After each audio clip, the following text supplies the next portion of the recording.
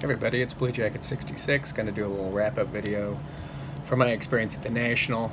My son and I went. We're still there. We're going to go to an Indians game tonight and head back tomorrow. We got in,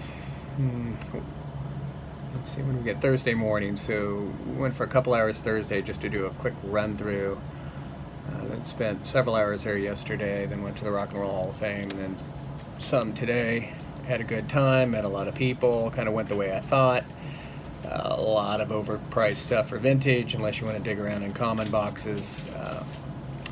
Didn't see anything there that was like crazy exciting. There's certainly things there that I would like to have in my collection but couldn't afford, many things. But I kind of held true to myself, didn't buy things that I know that I could find on eBay or upcoming great auctions by coming up by REA and Heritage. There's crazy stuff in those that I can get if I can have the patience to do so. So I didn't overspend at the National. A lot of things I'd like to get, but I don't know, sometimes they were 75% over what I know I can get it for. But did pick up a couple things, and I did hold true to myself, and I did do the old, if you want it, don't walk away and come back later, especially on my favorite item, which is not a baseball item. So I got only 2 baseball related items. My son got a lot of Pokemon stuff, but I got a 1933 Tattoo Orbit. This is Earnshaw PSA 6. If you guys watch any of my videos, I have a registry set, the number 3 registry set for Tattoo Orbits, currently number 3, and I think maybe 7 or 8 all-time finest, but this is PSA 6, so it's an upgrade from my 4. I think my cards average, I can't remember even what my weighted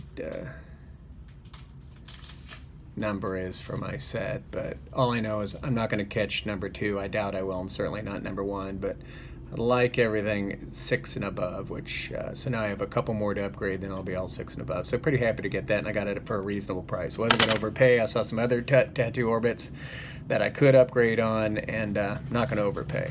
The other thing I got, again, these things just you don't see every day, 1971 Bazooka Gum Box. It's in really nice condition. It's flattened out, of course, and players for it, uncut, are Willie Mays and Catfish Hunter.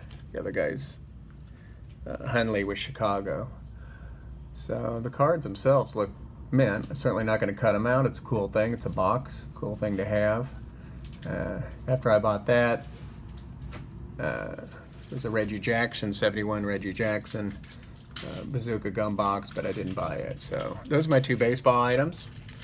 The thing that I could not walk away on isn't going to interest any baseball people, but if you like art and you like Hergé, you'll love this. I don't know if you guys, anybody's familiar with Tintin, the books. Hergé was a Belgian author and cartoonist, created Tintin in 1929 and did his Tintin books through the 30s, 40s, and probably into a little later. He lived, I think, to maybe 81 or so.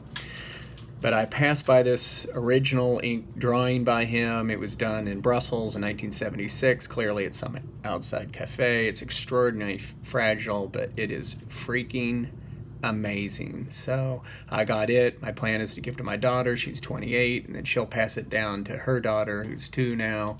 And it's kind of going to be a fairly family heirloom because I paid up huge, but it's worth it.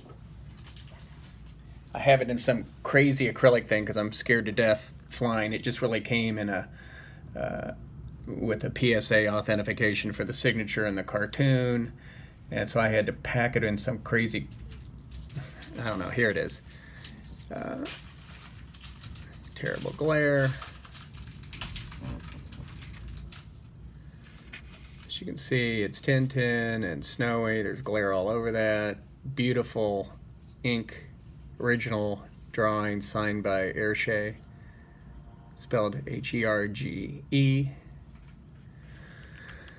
Here's a crazy PSA authentication. On the back of this picture also is some notations that it was drawn in Belgium, the street it was on, etc. Gosh, I wish that glare wasn't there, but I guess not much I can do about that. Let's see.